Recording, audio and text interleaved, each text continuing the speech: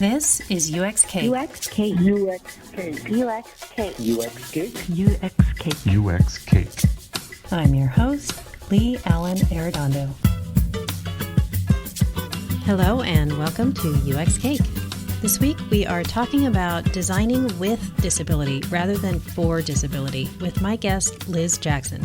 Liz is a disability advocate who's trying to shift the disability narrative.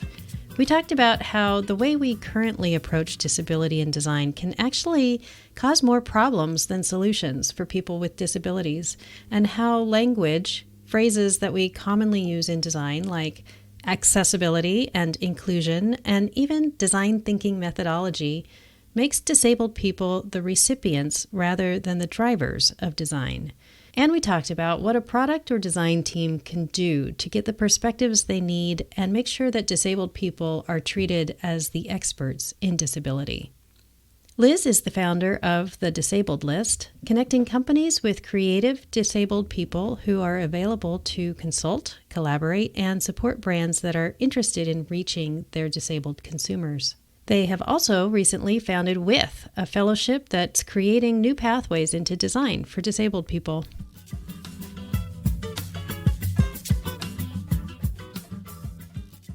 Thanks, Liz, for joining me today on UX Cake. I'm really excited to talk to you. Yeah, thank you so much for having me. I'm excited to speak with you as well. Before we dive into our topic today, I would love to share a little bit of your background with our audience. Your journey is an important part of this topic. So you're a disability design advocate, but you didn't come into advocacy from a design background. So tell us what led you to be an advocate for disability in the design space. Why design? My background is in television production. And so I had never really thought much about design, nor had I thought about disability until I encountered it. I woke up in March of 2012 to a new body. And when I got out of the hospital, I needed eyeglasses and a cane. And for me, I had this immediate question of why do I have so much choice with my eyeglasses when I don't with my cane? And that question, I couldn't let it go. And I see now how it's become my life's purpose. And it's funny what a simple question can do. It can change everything. And what was it that drew you to design? You can tell it better, but I think you started with fashion design, right? You had more options for your eyeglasses than a cane. So what happened was I found a beautiful purple cane like 8 months after I first started needing one.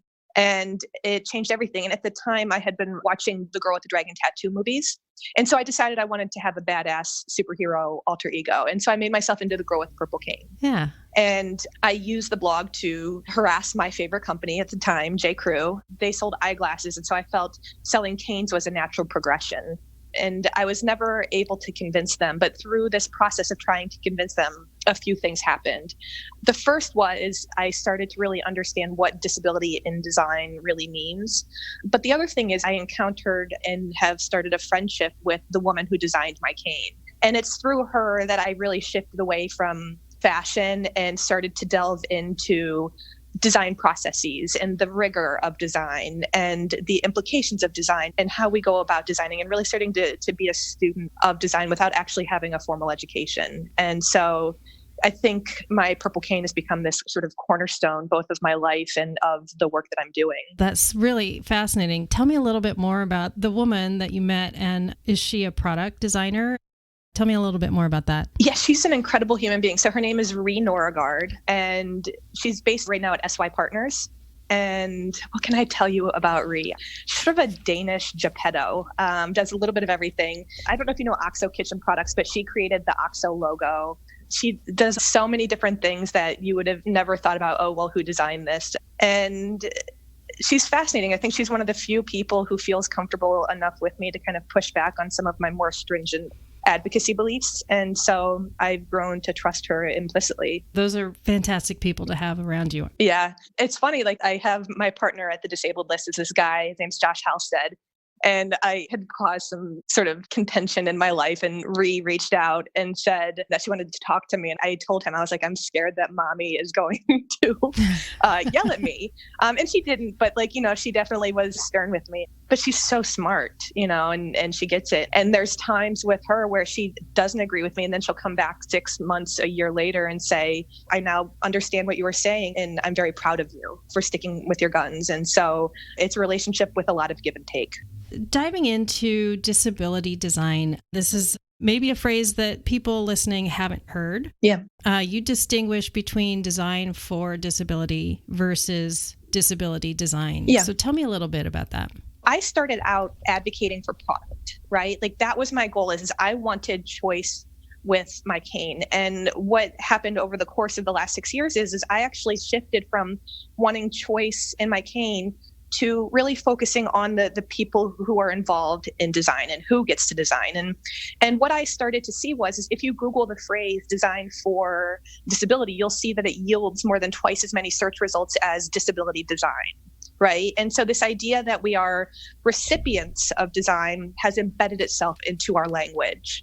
But also what the last 6 years have taught me is that disabled people, we are the original life hackers, right? Our innovative solutions have changed the world, right? Like we created the internet, we created the bicycle, we created the iPhone touchscreen, we created audiobooks and curb cuts and item after item. And it just demonstrates the value of really existing on the margins.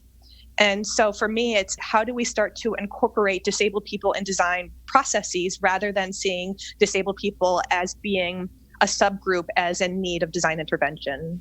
So I have seen two sort of themes in the advocacy and in yours as well. Your groups that you founded are very much about getting disabled people a seat at the table. Yeah. Then there's also this other issue, though, of making sure that the people who are designing products and services are thinking about design accessible to all.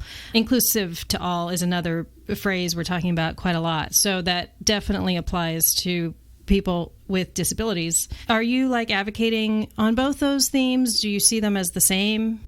I was talking to somebody about this where I set out to do something such as mainstream products, right? Like I wanted to mainstream something as simple as choice. And I wanted to do so through, large corporations and through brands that we all know the names of. And what I'm finding increasingly is that where I find the things that I feel comfortable with and agree with are in sort of random texts and small corners of the world. It's fascinating because I started out wanting to impact large organizations, and now I find increasingly I'm very focused on language. And so there's 3 different things that I heard you say in your question to me. The first was accessibility. The second is design for all. And the third was inclusivity. And so for me, I have become in my work really focused on what do those phrases mean? Because I think that understanding the languages that we're speaking is the only way that we can enact the more mainstream change that I've long advocated for. So say we start with inclusivity. I actually don't use words like inclusion and diversity in my work for a variety of reasons. There's this variety of euphemisms that we use to talk around disability. We can use inclusion or inclusive design or accessible design or differently abled or special needs. And people are so uncomfortable with the word disability that they try and find ways to talk around it. But what they don't realize is that by talking around the word disability, you're actually increasing the stigma of an identity that we are trying to own and that we feel incredibly proud of. My friend Lawrence Carter-Long created something called the Say the Word campaign just to get people to say the word disability. And so this is why I use a phrase like disability design, right? Because first of all, I'm trying to say we're not recipients, we're drivers of design. But also I'm trying to say disabled people are participating in the process. It's not necessarily for us, I guess. The other word used is accessibility. I think people are increasingly of the belief that if we're talking about disability, there's only really one aspect that we need to talk about in design, and that is access, physical access. What my interest in all of this is I believe we need to teach disability studies alongside accessibility curriculum in design schools. People don't know the how with the why. They don't understand the implications of the access they're creating. But also accessibility, again, sort of means for us, right? You could design all the ramps in the world to get somebody in the room, but how are you going to get them a voice at the table, right? How are we going to amplify their perspectives? Accessibility doesn't do that, but disability studies does. And then the last was this idea of design for all. And this, I guess, harks back to Amy Hamray, who is a design researcher. So she wrote a book called Building Access. And what she has done is gone back and really looked at what does design for all mean? And what she realizes is that it doesn't mean all people. It only means certain people. Design for all is a theme and an outcome of barrier-free design.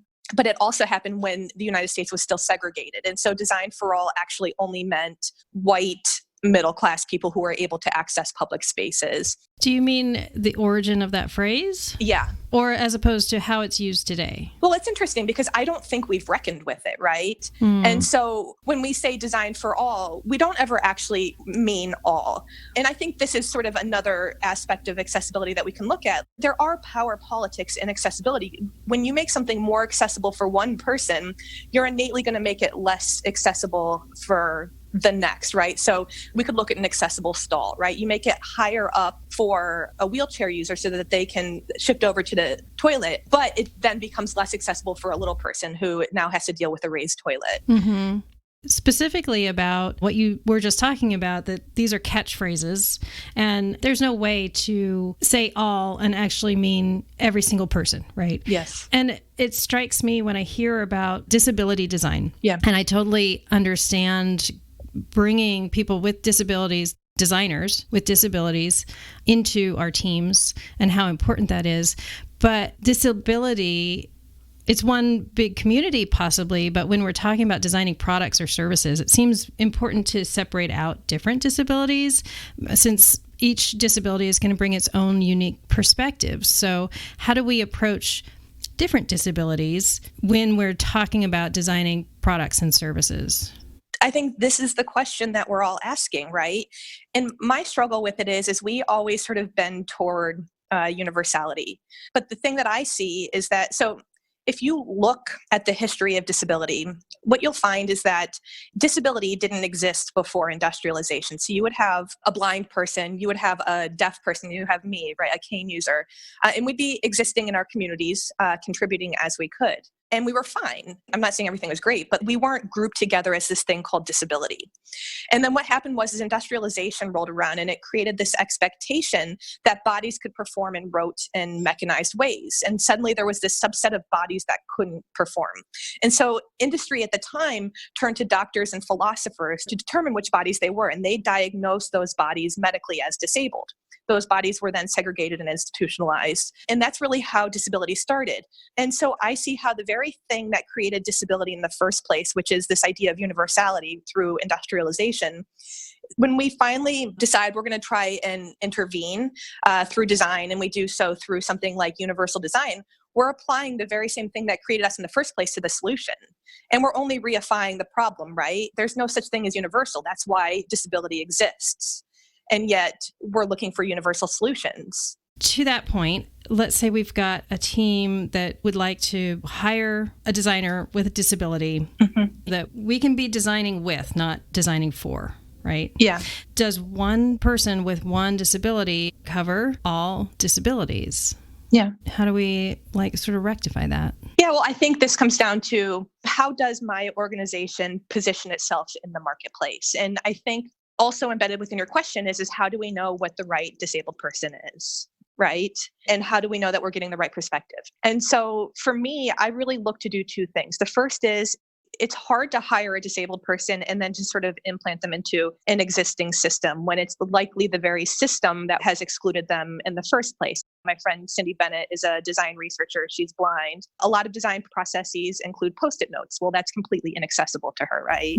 So if you think about that on a large scale in every sort of aspect of how we go through a typical design process. And so for me, I'm more interested in inserting a disabled person into a design space and not necessarily putting them to work, right? But rather letting them exist in the space so that they can sort of feel their way around. And what I believe is by not sort of forcing somebody to conform to your way of doing things, they will innately shift how everything is done. So there's that element to it. The other is okay, so how do we make sure that we're designing for enough disabled people?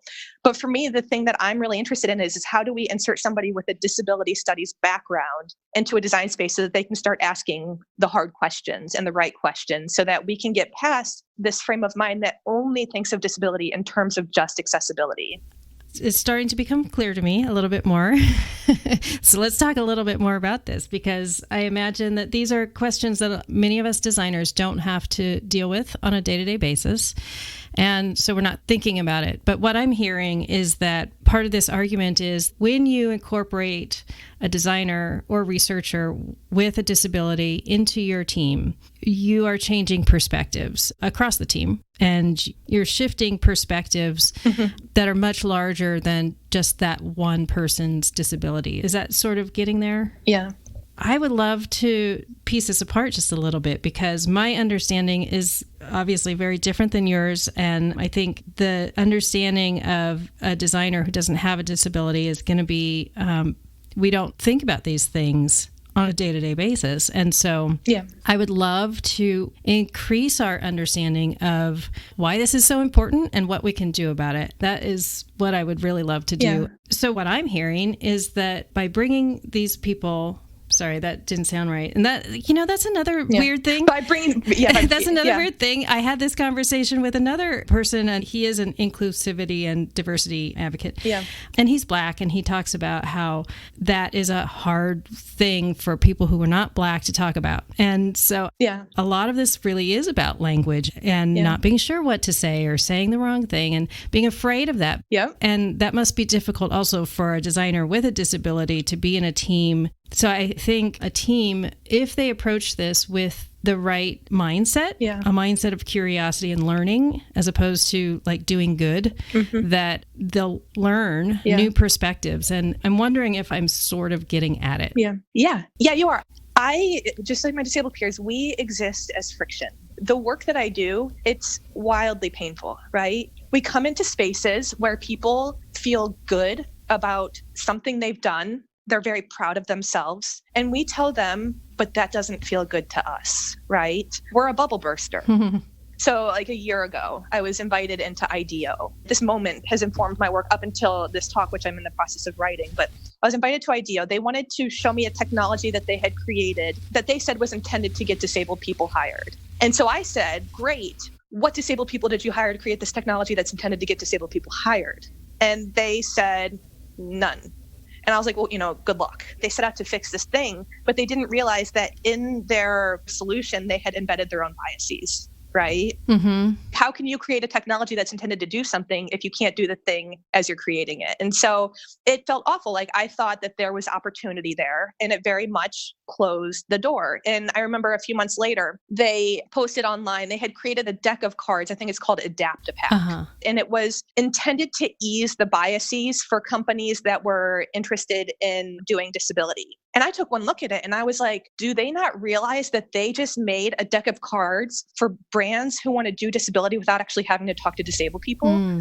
Do they not realize that? It's horribly painful, right? Like people are creating interventions to get around actually having to talk to us. And we burst that bubble. What was the reaction?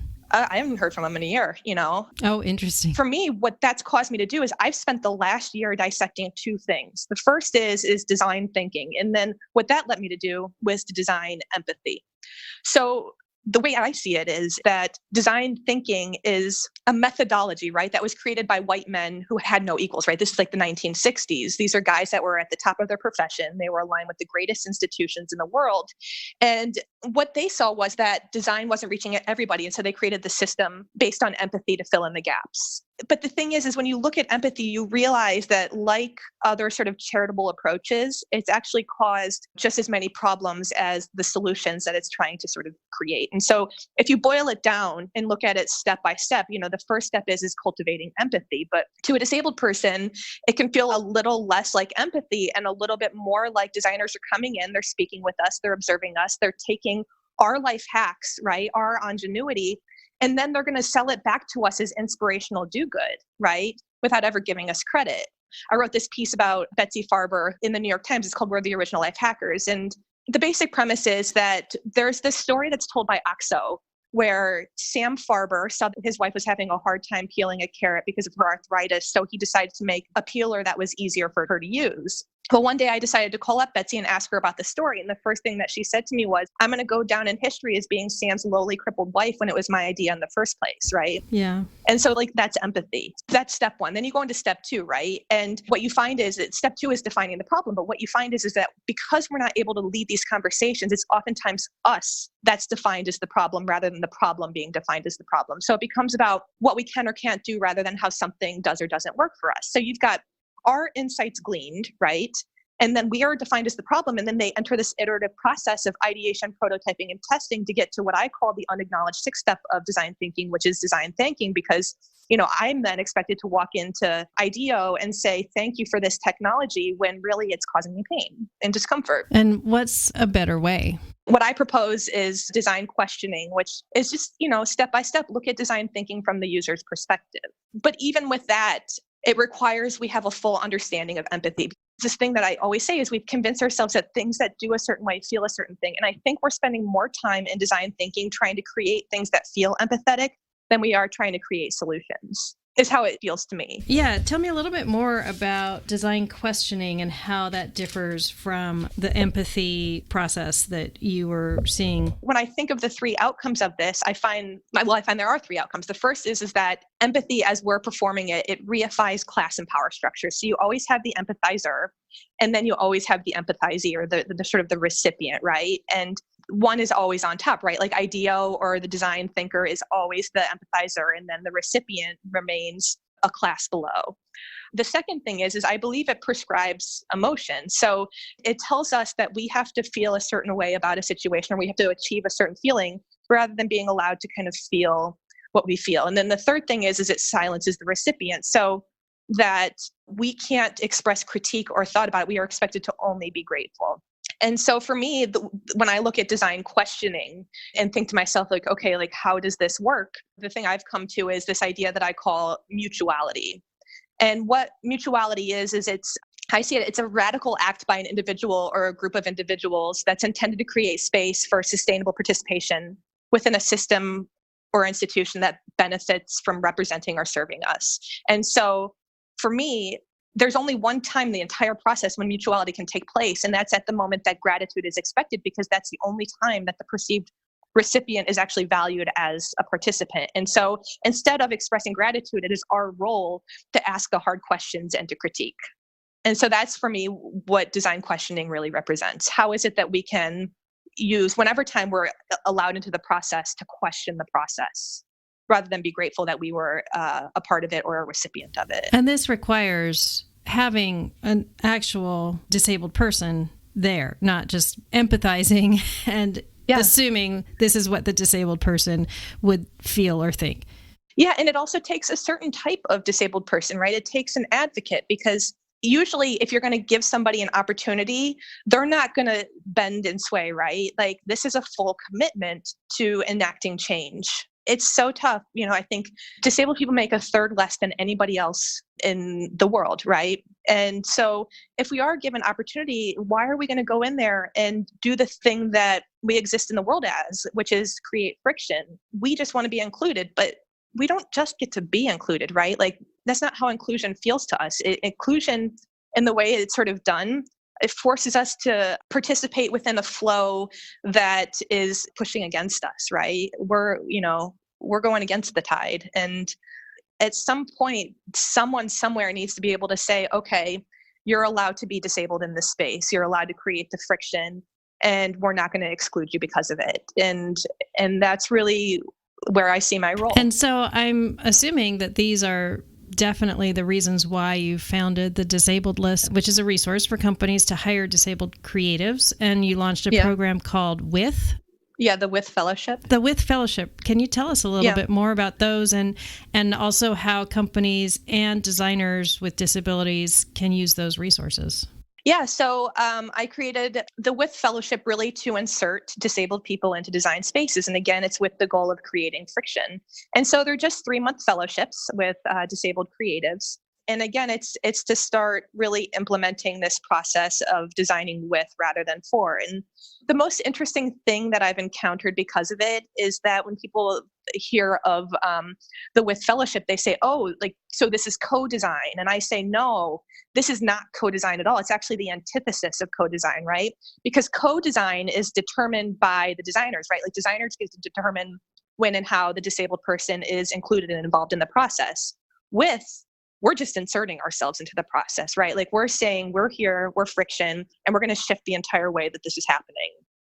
And so it's, it's strategic, and it's, I think it's been so fascinating because, we had our first cohort. It was a massive hit. We're about to start our second cohort. We're growing. We just started in New York City. Now we're in New York and San Francisco. The thing I'm starting to realize is that there's always an outlier within a large corporation that's hungry for it, right? And so we do have allies and advocates, and it's a matter of growing that political power so that this becomes the status quo, that there are people within organizations that exist to create friction. That's fascinating. I think that's just really a radically different approach. Well, I think the other approach, what is it? You bring disabled people in and you tell them to conform. Like, I don't think that's a good approach. Right. So it's like, what other way is there? Right. Because what you're saying is what's happening right now isn't working. So let's change it. Right. Yeah. And tell me a little bit more about the disabled list. Yeah. So we started out as something called the Inclusive Fashion Design Collective. And that was intended to advocate for product. And then a couple of years ago, I realized I'm not interested in inclusion and I'm not interested in product, right? I'm interested in people. There's sort of multiple aspects to what we're doing. So we do consult with companies. We do strategy. We do UX research. I like to say we're putting the us back in user, right? Because it's disability-driven UX research. We've got industrial designers, we've got graphic designers, we do all sorts of, design-related interventions. There's also the speculative aspect, which is, I think, where like the real like juice of disability design lays, which is how can we redesign our history? How can we design humor into these processes? How can we use speculation to shift the way that we are perceived? And sort of within speculation, I think a large part of our work is really framed around critique. And again, there's many aspects to it, but it goes into sort of embedding disability studies into design curriculum. So are you working with any specific design programs? Yeah, I'm working, there's a handful of them. There's more than a handful of them. We're all at the beginning of conversations. It's powerful. I think it's probably the most important element of our work. I think, we're often approached to do talks and workshops, but for me, it's how can we get in and actually do a teacher training? How can we start to train the teachers what to look for and what to prioritize and what to say, right? You've said, I think you've said a couple of times that you find the language hard. Try teaching it, But I'm not to say that this isn't something that can only be done by disabled people. There are, I think I have a few of my closest friends that are really invested in this space are not. But what I look at is who is capable of developing this lens. I don't think as a society we're there yet, right? Like we're not so eager to have our bubble burst, especially with like one of the few things that sort of traditionally makes us feel good about ourselves, which is what disabled people call inspiration porn, right? Where the objectification of our body is used to inspire other people, right? Disabled people make everybody else in society feel better about themselves. And I'm taking that away, right? And that's not fun. It sounds to me like one of the things that's required if someone who's not disabled and is passionate about this wants to take on some of these topics or improvements or advocacy, there's a lot of learning that needs to be done. Well, I think that's the thing is anybody that listens to this podcast especially has committed their lives to the rigor of design, right? Like they have committed to continuing education. It doesn't matter who the person is. If they're at this podcast, that is a commitment they have made. And I have long wondered, why is it that we're not applying that rigor in design to disability? Right? Why is it that we think we know? Mm-hmm. Well, it ends up being something kind of that you can read a checklist. That's what accessibility oftentimes kind of boils down to, is a checklist of heuristics. Yeah. Yeah. And that's not what you're talking about at all. No, I'm talking about a culture. A culture shift, really, and a perspective shift. And yeah. So you are giving a keynote at the upcoming Interaction 19 in Seattle in February. Yeah. And I'm just going to guess that it has something to do with disability design. Yeah, maybe one or two things. Yeah. The rest will be about my dog, Hanky. It's just going to be a slideshow of my dog, and then I'm done. You know, they have showed that having puppies in slideshows actually increases the engagement. That's super hilarious, yeah. Hanky is the most engaged. So yeah, I'm a bubble burster. It's tough. I think this is one of the reasons why I incorporate so much humor into my talks is like, how is it that we can allow ourselves to embrace the exact opposite of our instincts? I think about what I knew about disability when I started the Girl with the Purple Cane blog, and I knew very little. I'm probably not much of it exists, sort of, thank God, because I can't imagine how ashamed I would be of much that I wrote back then and a lot of the assumptions I made. And so for me, I think the thing I want to show is that this whole thing is a journey, and it's a process of discovery. And there's this quote by Stephen Hawking, and I don't know it specifically, but what he says is that the universe is expansive, but it also has no boundary or edge. And I remember the first time I read it, I was thinking to myself, okay, was Stephen Hawking, was he talking about himself, right? His disability, his experience with disability, or was he talking about his ideas around the universe? As an advocate, I honestly think that much of his work is interchangeable. But what it comes down to is we are so invested in the universality of disability, which I argue does not exist. But nobody's willing to consider the expansiveness of it and what it gives back. And so for me, it's about how do you kind of delve into this journey of expanding what you know and expanding your own universe. And I think that for me is really the lesson of this all. There's no way to know until you start getting it wrong. But I guess also at the same time, please, dear God, don't get it wrong on a global scale, because it's not a good thing. Well, I feel like we've really just touched the surface here, but I'm also really excited to hear your keynote at Interaction 19. I know it's going to be really interesting. Before I let you go, a couple last questions. One is, how can people follow you on the internet places? Yeah, we're disabledlist.org on Instagram and on Twitter. My own personal Twitter, which is mostly just like a gripe fest, is ELIZE Jackson, and the website is disabledlist.org. Okay. And then the last question is, this is the UX Cake podcast, so I would like to know, what is your favorite kind of cake? Vanilla. Ooh. Yeah. That's vanilla frosting with vanilla cake. Mm-hmm. Awesome. Is that the worst? I am committed. That's my cake. Is that the worst answer you've got? Well, I don't think I can be a judge of people's preferences for cake. I'm very passionate about vanilla. I think that's awesome. If you're going to go in on something that's vanilla, you should totally go all in, right? Yeah. Yeah. Yeah. Wasn't there a piece in the New York Times last week about how people talk about the boringness of vanilla and how it's actually not boring at all? That's true. You could have all types of vanilla. I feel like there's something very disability-centric about that. It's a lot more complex than you think it is. Don't oversimplify. That's true. I want to thank you so much, Liz, for this really fascinating conversation and for your time today. I really enjoyed our conversation. Yeah, thank you so much for having me, and I'm excited to meet you in person after my keynote. Yeah, Interaction 19.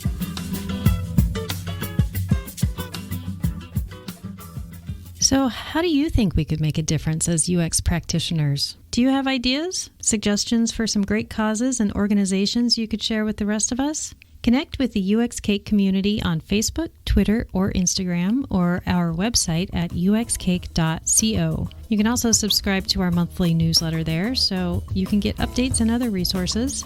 Join us next week for more great conversations with other UX luminaries, and be sure to share this with your friends and colleagues. Thanks for listening, and be sure to subscribe to UX Cake so you don't miss a bite.